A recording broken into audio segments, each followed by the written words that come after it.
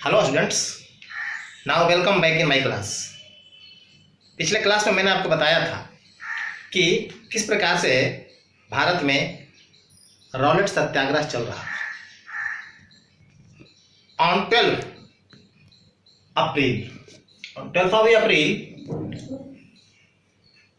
a complete ban was imposed at Amritsar on public meetings, and after that martial law was also imposed, and due to that a very tense situation was creating in all around Amritsar.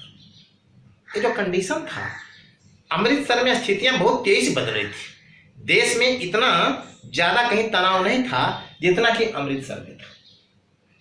वहाँ के कुछ लोकप्रिय जो leader थे local, उनको चूंकि police ने बहुत ही ह्यूमिलिएटिंग ढंग से अरेस्ट कर दिया था, और उसके कारण जो है वहाँ की जनता सड़कों पे निकल आई थी, और जिनको वास्तव में जो है दमनकारी कई प्रकार की जो है पुलिस के द्वारा उन पर जो एक्शंस किए गए, उसके रिटेलिएशन में पब्लिक और वहाँ वायलेंट मूड में थी।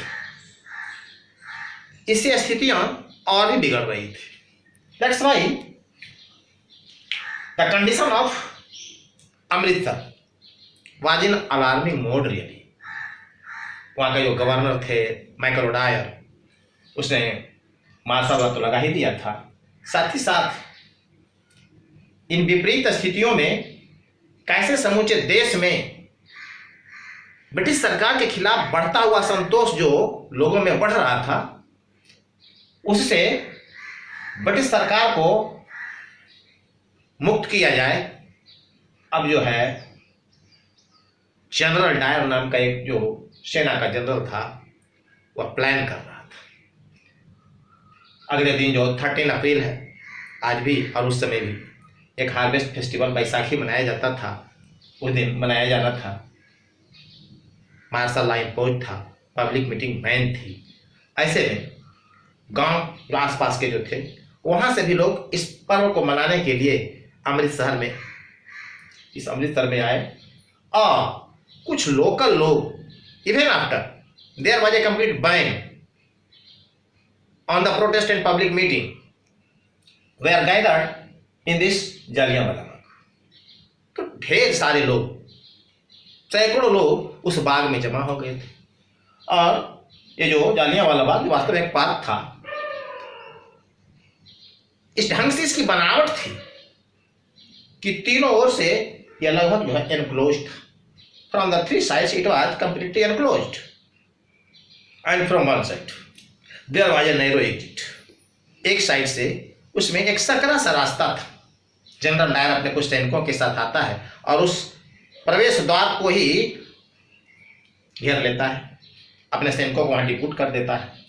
Since he wanted to give a lesson, to teach a lesson to Indians, to terrorize, create a panic in Indian people, he ordered indiscriminate firing on the public, और इसका नतीजा यह होता है hundreds of people were killed and many more injured। जैसे ये घटना घटती है समूचे देश में, अगले दिन जो है न्यूज़पेपर के थ्रू, रेडियो भी था उस समय में, से प्रसारण के थ्रू सारे देश में जंगल की आग की तरह फैल गई। और उसके बाद वो नेता भी जो इस रॉलेट सत्याग्रह में शायद जनता के साथ पूरी तरह से नहीं थे, अब जनता के साथ हो गए, नेशनल सेंटिमेंट के साथ वो भी जुड़ गए। रविंद्रनाथ टैगोर जैसे कुछ लीडर्स ने और दूसरे लीडर्स ने, जो सरकार ने विभिन्न अवसरों पर उनको सम्मानित करने के लिए कुछ अवार्ड दिए थे, मेडल्स दिए थे, उन लोगों ने उनको रिनाउंस कर दिया, लौटा दिया, और they declare that they are now in this hour of the national sorrow stood with the country. देश के लोगों के साथ उसने खड़ा होना स्वीकार कर लिया कि ज़्यादा बेहतर उनको लगा उससे, जिससे कि वो सम्मानित महसूस करे उन मेडल के द्वारा जो अंग्रेजों ने उन्हें दिए थे, अंग्रेज सरकार ने विभिन्न सेवाओं के बदले में उन्हें दिए थे। इस तरह से जब एक नेता जुड़ जाते हैं इस रॉलेट सत्याग्रह में भी, तब समूचे देश में एक और नए उत्साह से लोग सड़कों पे निकल आते हैं। People generally started to attack the national buildings and the government establishments. और ऐसे बिल्डिंग्स और इस्टेब्लिशमेंट पे जब लोगों ने आक्रमण करना शुरू किया, उनको तहस नहस करना शुरू किया, that means it was really a violent measure to protest the government policies. The atrocities which were caused in Amritsar.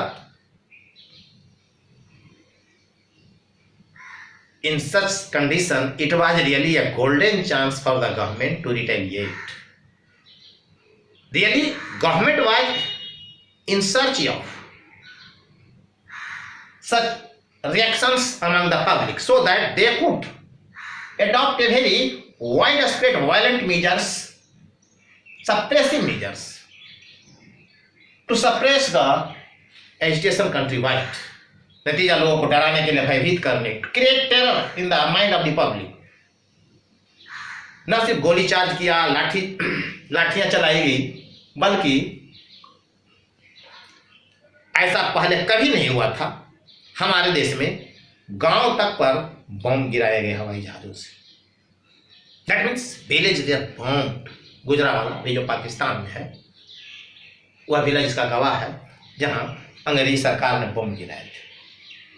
इस तरह से ये जो रॉलेट सत्याग्रह का जो अब ये नया स्वरूप जो सामने आया, गांधी जी ने इसको ठीक से ऑब्जर्व किया, और ऑब्जर्व करने के बाद उसने जो किया उसको इस तरह से हम कह सकते हैं।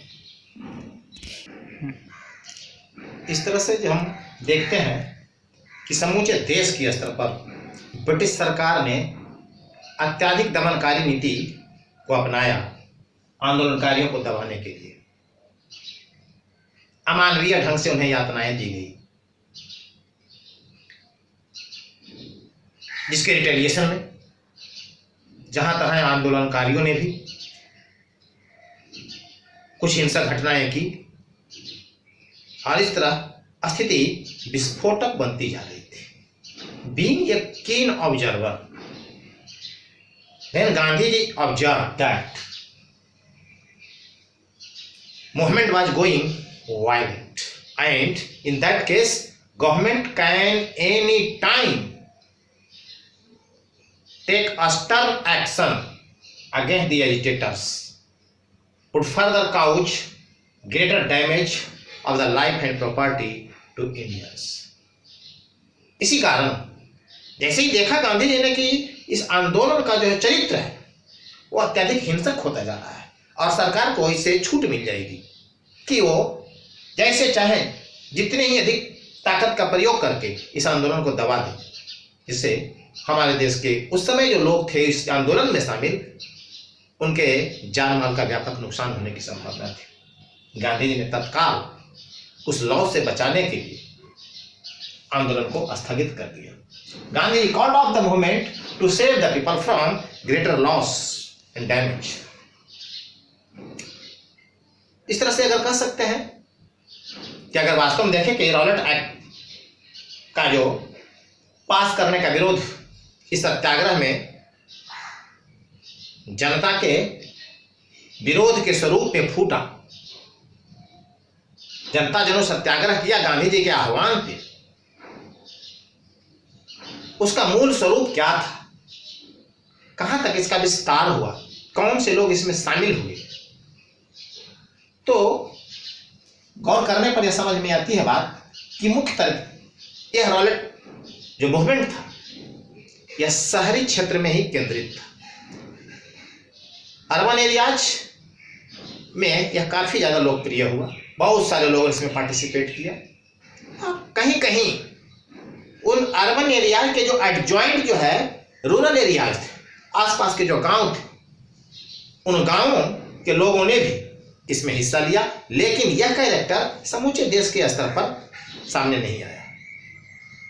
वास्तव में अगर हम देखें तो जो स्वरूप है रॉलेट एक्ट से संबंधित आंदोलन का, रॉलेट सत्याग्रह का, और इससे संबंधित इसके दरमियान ही जो घटित होती है घटनाएं जलियांवाला बाग की, इसमें व्यापक नरसंहार होता है इनोसेंट लोगों का ब्रिटिश सरकार के द्वारा, तो इसने भारत में राष्ट्रीय आंदोलन को एक नई दिशा प्रदान करने का काम किया। तो इसके इम्पैक्ट को अगर हम देखें, what the impact of the Jallianwala Bagh incident and Rowlatt Satyagraha, तो हम कह सकते हैं कि getting experience from this movement Gandhi ji further planned और nationwide movement which was non-violent in a very broad spectrum. He wanted to cover all the section and all the parts of the country further in 1920. साथ ही साथ अगर देखें तो इस आंदोलन का और इस घटना का एक व्यापक प्रभाव ये पड़ा कि it propagated nationwide nationalism in India in greater extent. जहां लोग नहीं भी जानते थे, राष्ट्रवाद से जो अनुप्राणित नहीं थे, राष्ट्रवाद से जो प्रभावित नहीं थे, उन लोगों ने भी इस घटना के कारण इस राष्ट्रीय आंदोलन में भाग लेना अपना कर्तव्य समझा, और इस तरह से वे इससे चाहे अनचाहे भी जुड़ गए। इस तरह कह सकते हैं कि इसने जो है 1920 में गांधी जी ने जो आंदोलन शुरू किया, जिसको कि मैं अगले चैप्टर में और अपने आने वाले अगले वीडियो में मैं बताऊंगा कि कैसे जो है भारत में नॉन कोऑपरेशन मूवमेंट जो है गांधी जी ने शुरू किया, उसके क्या क्या कारण थे, क्या क्या फैक्टर थे, और उसके वास्तव में परिणाम क्या हुए, उसके स्वरूप के क्या थे। तो आज का वीडियो यह समाप्त हुआ, और अगले वीडियो में हम फिर मिलते हैं, तब तक इंतजार कीजिए। Thank you.